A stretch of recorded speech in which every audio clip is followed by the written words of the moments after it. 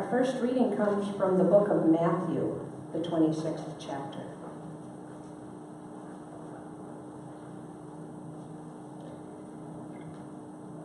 One of the 12, the one named Judas Iscariot, went to the cabal of high priests and said, What will you give me if I hand Jesus over to you?" They settled on 30 pieces of silver, and so he began looking for just the right moment to hand him over. On the first day of unleavened bread, the disciples came to Jesus and said, "Where do you want us to prepare your Passover meal?" He said, "Enter the city, go up to a certain man and say, 'The teacher says, my time is near. I and my disciples plan to celebrate the Passover meal at your house.'" The disciples followed Jesus' instructions to the letter and prepared the Passover meal. After sunset, he and the 12 were sitting around the table, and during the meal he said, "I have something hard but important to say to you. One of you is going to hand me over to the conspirators." They were stunned, and then began to ask, one after another, "It isn't me, is it, Master?" Jesus answered, "The one who hands me over is someone I eat with daily, one who passes me food at the table. In one sense, the Son of Man is entering into a way of treachery well marked by the Scriptures. No surprises here. In another sense, that man who turns him in turns traitor to the Son of Man. Better never to have been born than do this." Then Judas, already turned traitor, said, "It isn't me, is it, Rabbi?" Jesus said, "Don't play games with me, Judas." Later that night, when Judas, the one from the 12, showed up at the Garden of Gethsemane, with him came a gang from the high priests and the religious leaders, brandishing swords and clubs. The betrayer had worked out a sign with them. "The one I kiss, that's the one. Seize him." He went straight to Jesus, greeted him. "How are you, Rabbi?" and kissed him. Jesus said, "Friend, why this charade?" Then they came on him, grabbed him, and roughed him up. This is the gospel of our Lord. Yes, I am Judas. I know what you're thinking. Blaming me for Christ's death and all. You probably hate me. I'm sure most, if not all, of you have condemned me without really knowing the whole story.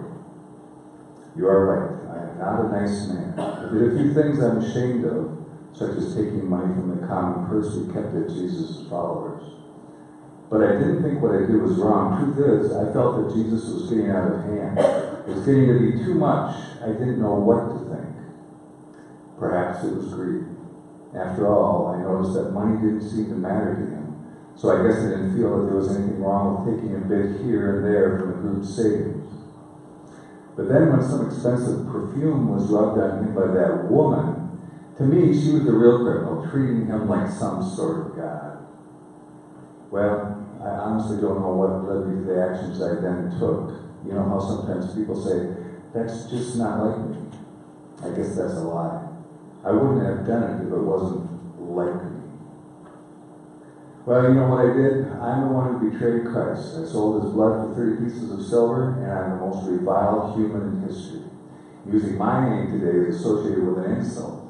According to your scriptures, the devil entered me. You know, it's interesting. Jesus was God incarnate, and now it appears I was the devil incarnate. I led the group to the garden where they arrested Jesus after I gave them the sign. I greeted him with a kiss. He knew I would too. He knew what I was going to do at the supper table that evening. He just knew. Then I knew also. I knew what I had done was wrong, but it was too late. I had already done it. And the worst part is that he knew all along. It's as if some sort of pawn was in the game and it was me. I feel used by God in this. At first I tried to take the money back and see if it would all just go away. I hoped against hope that they would listen. But it was all set in motion and nothing could stop it. The chief priests and the Pharisees wanted his death, and there was no turning back. It was all just so difficult to live with. His death was on my head. What had I done? I couldn't deal with it, so I found a way out. I only hope that he can forgive even me.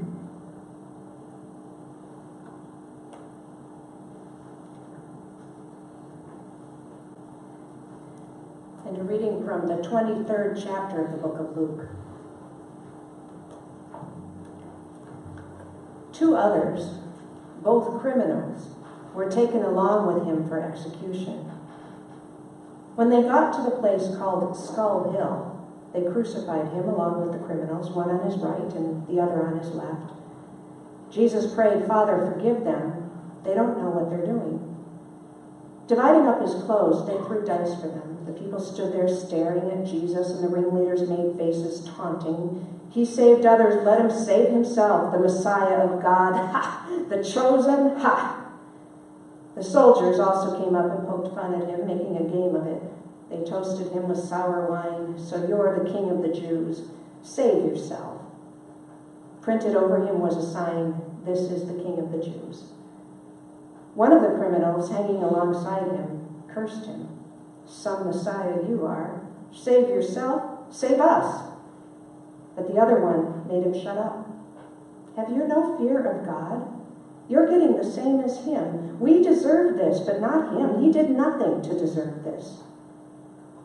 Then he said, "Jesus, remember me when you enter your kingdom." He said, "Don't worry, I will. Today you will join me in paradise." By now it was noon. The whole earth became dark. The darkness lasted 3 hours, a total blackout. The temple curtains split right down the middle.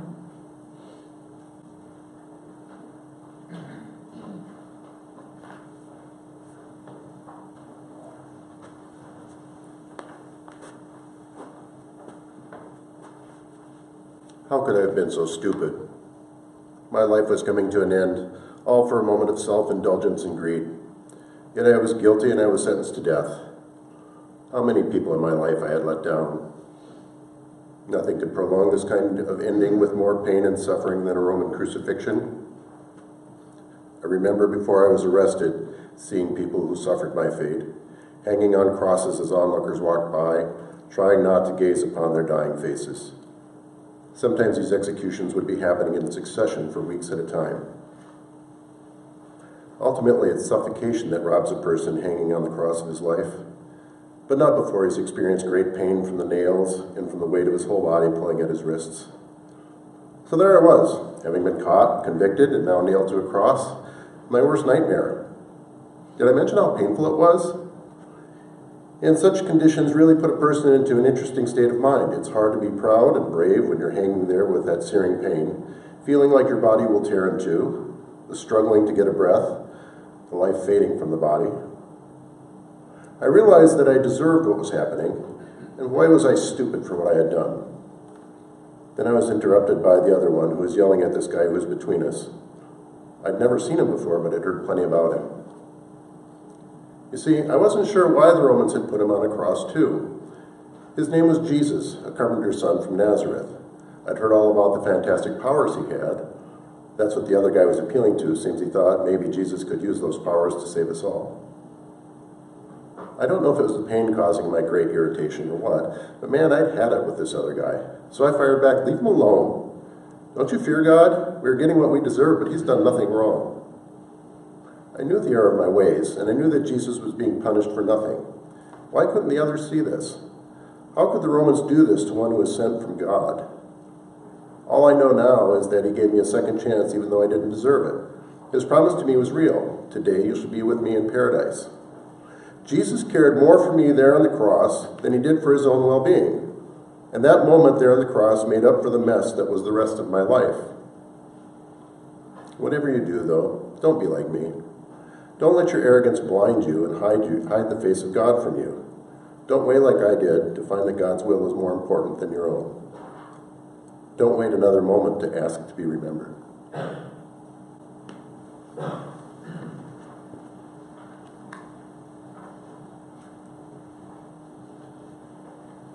C.S. Lewis made an important distinction between excusing and forgiving.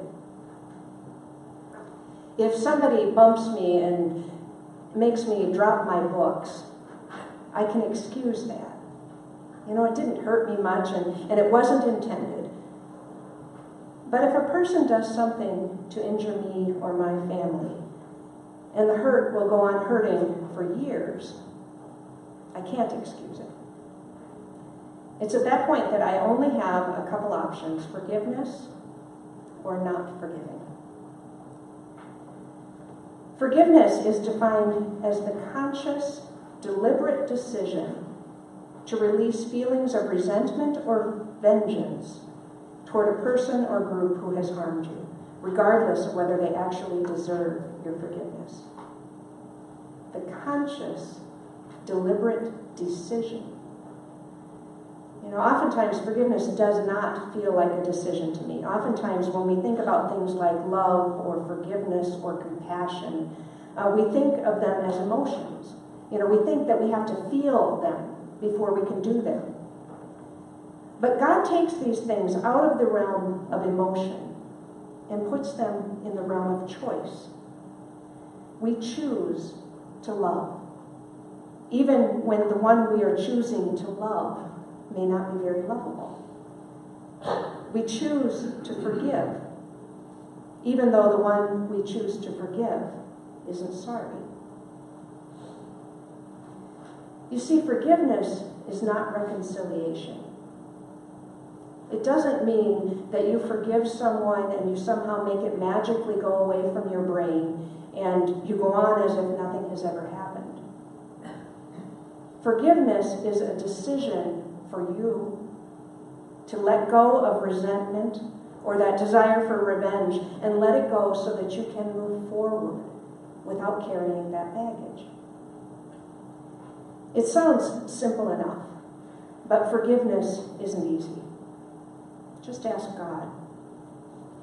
One of Jesus' closest friends betrayed him. One of his inner circle, one of the men who had traveled with him and learned from him, they had spent countless hours together, and yet Judas handed Jesus over knowing that he would be killed. For money, he handed him over. Now, if anyone has the right to be angry and want revenge, it's Jesus. He came to bridge the alienation between God and creation. He came to show us how to love. He came to show us how to live with one another in peace. And what did he get for it? He was tortured and rejected and died a painful, violent death.